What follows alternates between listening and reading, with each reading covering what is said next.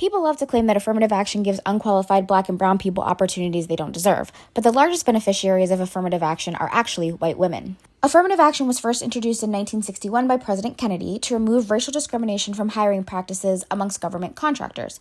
But in 1967, after pressure from the women's movement, then President Lyndon B. Johnson expanded it to include gender discrimination as well. Since then, affirmative action has disproportionately benefited white women. In fact, in 1995, a study was released saying that 6 million women, the majority of whom were white, had jobs they never would have held were it not for affirmative action. And the numbers have, of course, only increased since then, with women who are mostly white earning more jobs in industries like tech, science, medicine, and government contracting, thanks in part to affirmative action. But it's also white women who oppose affirmative action the most. Thanks to right-wing propaganda, the conversation around affirmative action has always been centered around race, not gender, leading people to question Black and brown people's worthiness in jobs and colleges, when actually white women, and therefore white families, benefit from it the most.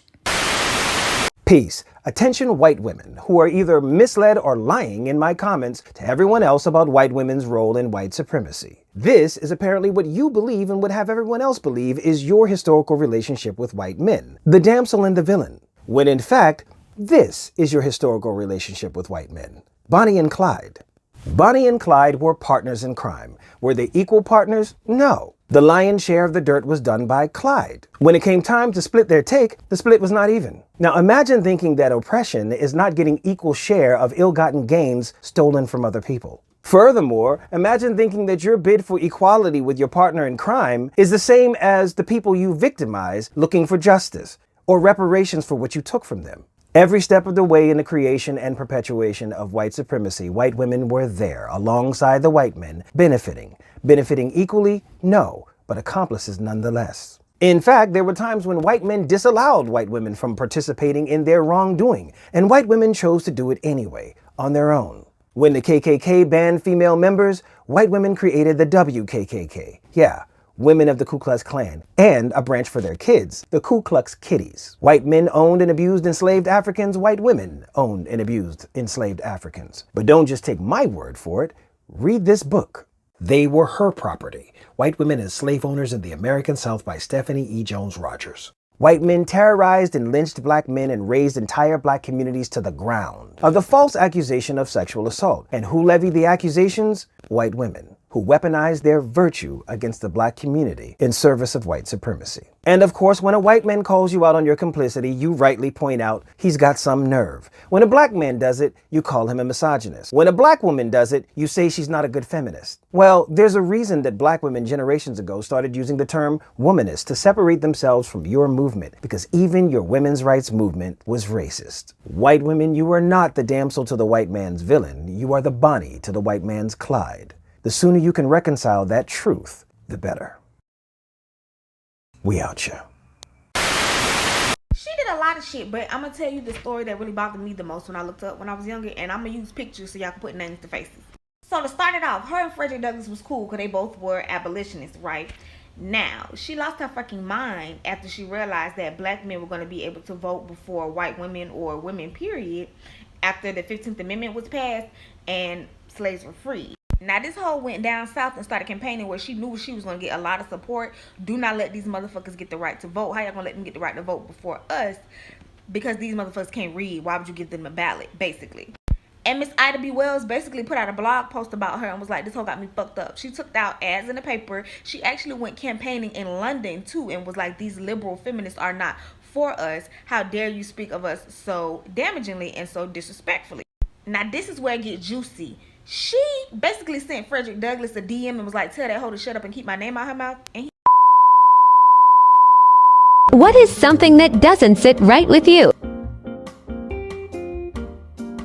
Feminism and the women's rights movement was fueled by racism. See, Susan B. Anthony worked with Frederick Douglass towards abolishing slavery.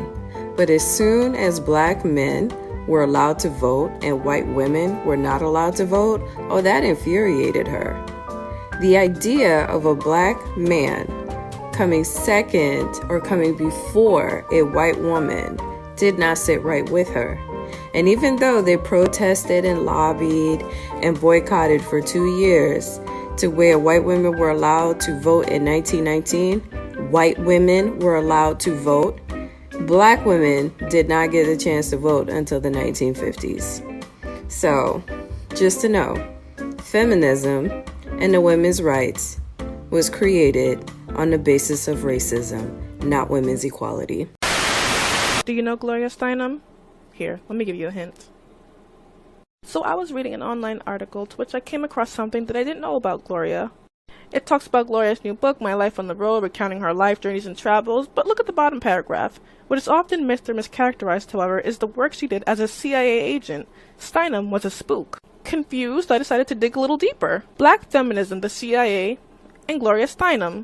What follows is a fact sheet about Gloria Steinem's operations against the various social and political movements in America, particularly her role in creating a hateful and virulent strain of black feminism that attacks black men while partnering with the white establishment.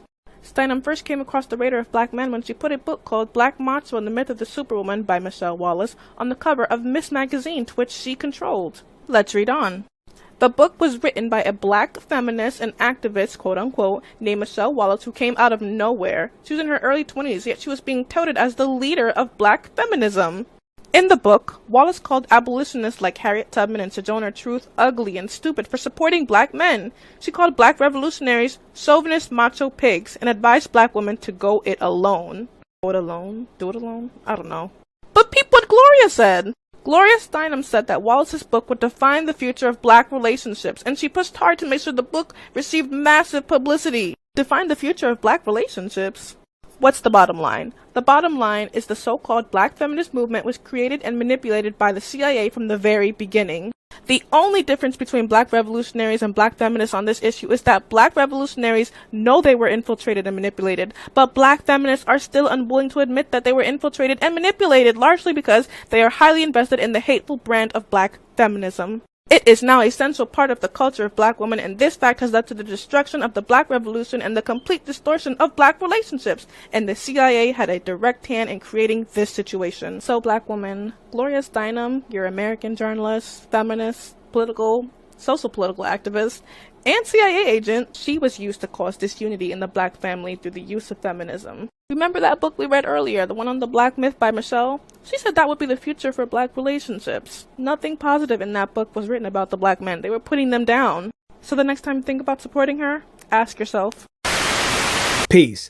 This is not about to be a clapback video. At the end of the day, I am an educator. So instead of releasing the blacken on all of the racist bunnies, Raising Cane in my Bonnie and Clyde thread, I'm going to give you some news you can use. And instead of recommending a book this time, because I know some of y'all don't really read no books, I'm going to make it articles to the following top 3 objections to my Bonnie and Clyde post. Number 1, white women had no property rights whatsoever in order to participate in white supremacy. That is false. Read this article on the history of white women's property rights in the United States and you'll see that it's not that they didn't have rights at all, it's that you had limited rights in comparison to your white male counterparts, which is exactly what I said. But among those rights that white women had came the right to own enslaved people. Not only the right to own them, but there were even laws passed, such as the Casual Killing Act of 1669, that made it legal for white women to abuse and even kill enslaved people in their charge. Number 2, white women did not have the power or resources to participate or execute systemic oppression against anyone. See this article about the United Daughters of the Confederacy as to why that is absolutely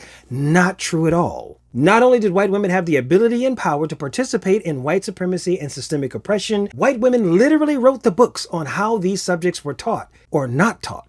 Number 3, it is inherently misogynistic for a black man today to check white women on their white supremacy and white privileges. Well, as a member of the oppressed group that white women once were able to literally own as property, it is well within my right to criticize my oppressor, be they male, female, or otherwise. But more importantly, white women's participation in white supremacy is not a thing of the past. Read this article as to how white women are still utilizing their privilege as white women in the white power structure for purpose of anti-blackness. This video could have been messy, but I did not go there because it's not necessary to go there.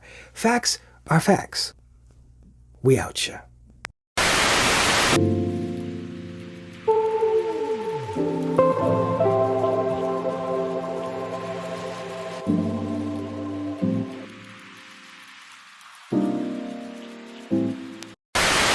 You want to hear a double standard between men and women?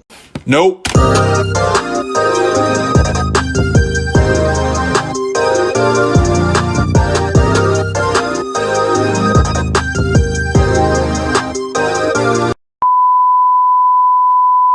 At the shows, fucking on the slutty snow bunnies, I done came to the conclusion that I only like sisters.